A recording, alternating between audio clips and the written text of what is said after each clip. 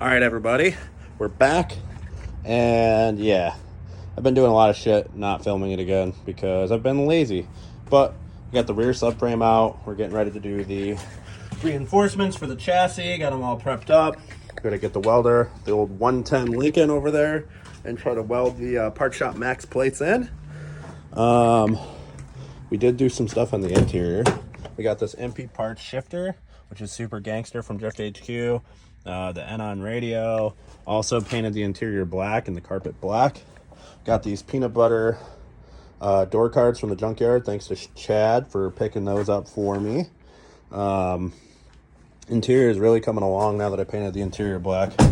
I used the carpet and dye paint, or yeah, like in a spray paint can, and it actually came out pretty freaking awesome. I'm pretty stoked about it.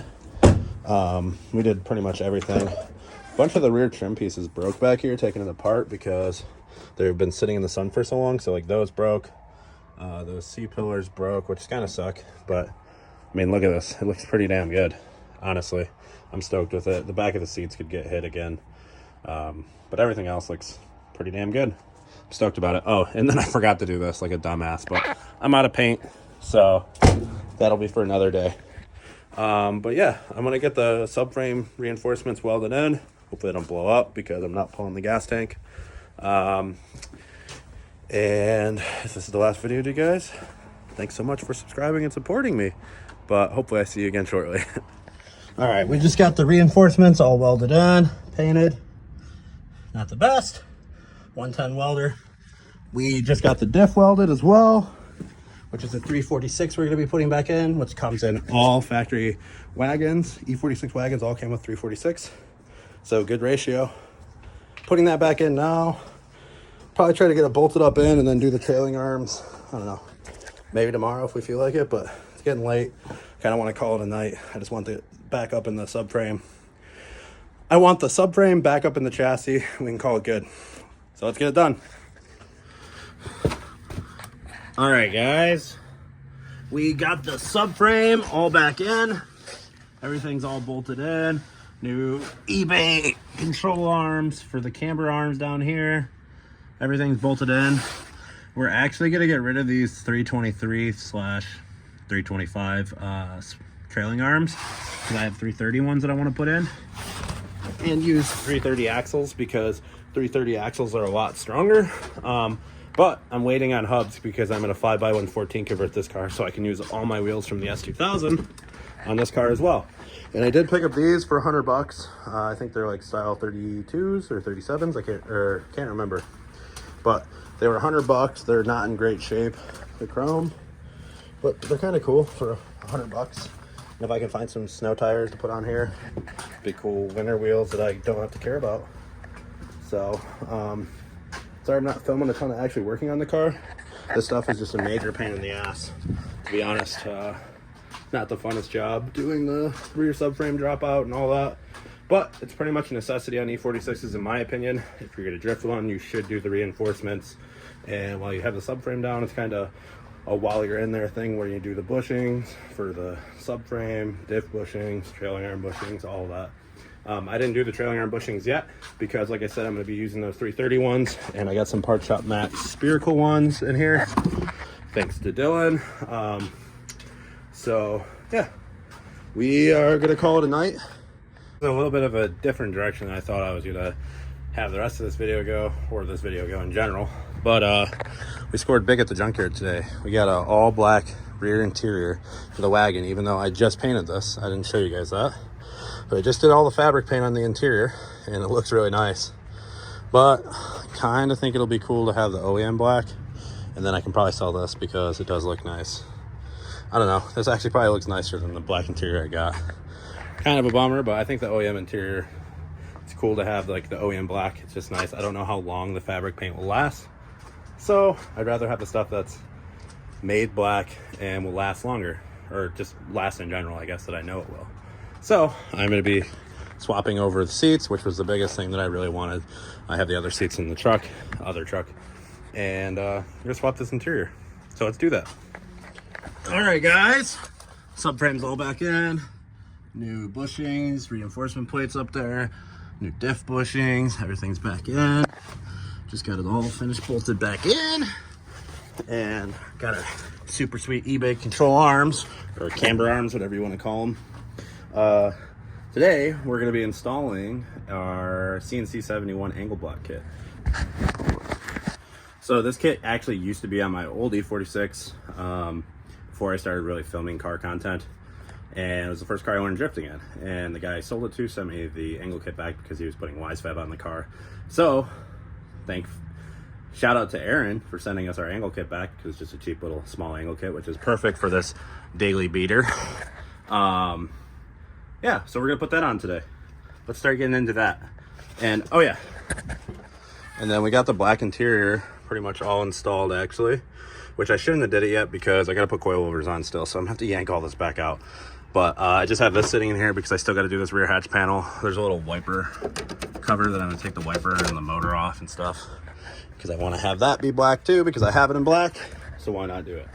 And man, it looks really good having this all OEM black.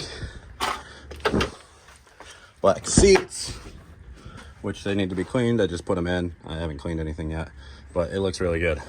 I'm super excited about scoring that at the junkyard yesterday, because that was a hell of a score.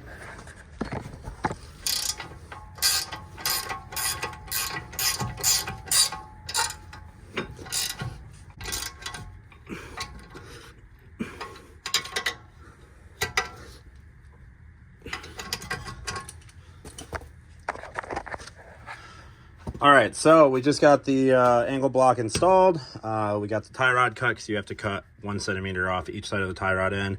Basically, you just cut off the spot where the little washer goes on the tie rod outer end, and then the inner, you just cut 1 centimeter off of it. Threads right back on.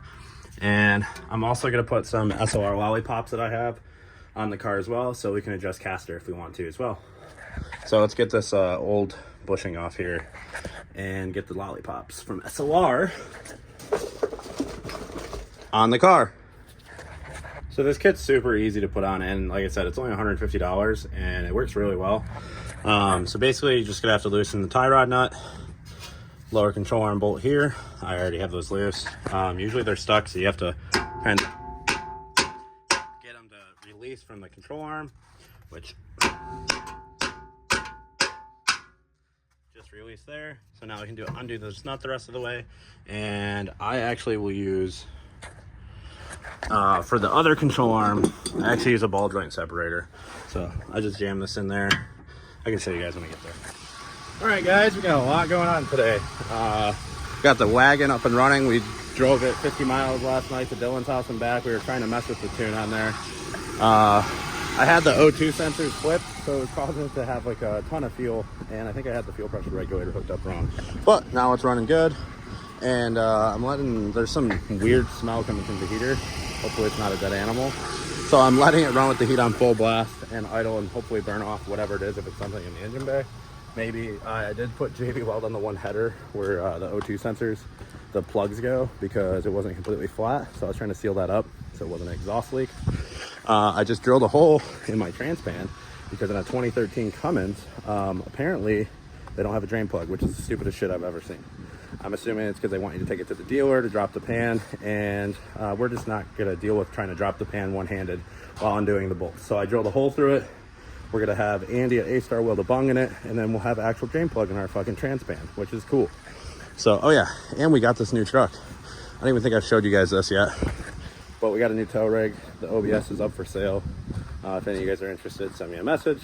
But unfortunately, I have to get rid of it because I don't have enough room in my tiny driveway for 2 big trucks and all my cars. So we have to get rid of it. I'll eventually get another one because OBS Ford is definitely probably my favorite truck still. Even after driving this Cummins, this is nice as far as creature comforts and things like that, and doing long road trips. But the OBS never lets down, and it's a very reliable truck, and it just looks so goddamn cool. So I don't know exactly what I'm going to film today, but I figured I'd film this little snippet of what's going on today on Saturday. All right, guys, we just got loaded up. Like I said, the video is kind of all over the place, but we got the BMW loaded up to go drifting tomorrow. And I don't know how it's going to go because we have terrible front tires, terrible rear tires. We have people bringing us some stuff to try to make it better. yeah, I don't know how this is gonna go, but we're just gonna go have fun, and all of our friends are gonna be there. So let's see if we can blow this thing up. Hopefully not. Hopefully it holds solid all night. And we're gonna be towing with the new rig for the first time. Got everything all loaded up. And I was just messing with the trailer brakes on the truck because it has factory trailer brakes. Oh, it's probably dark in here. So it has factory trailer brakes, and it was showing that it didn't have a trailer connected. But I think we got to figure it out. It was a loose connection. I have to plug in the back, wiggle it around some, and now it seems like the trailer brakes are reading. So that's good. So I'll probably end this video here. And the next video will be at Jackson drifting the E46. So I'll see you guys there. Thanks again so much for subscribing, liking these videos, and staying tuned to the content.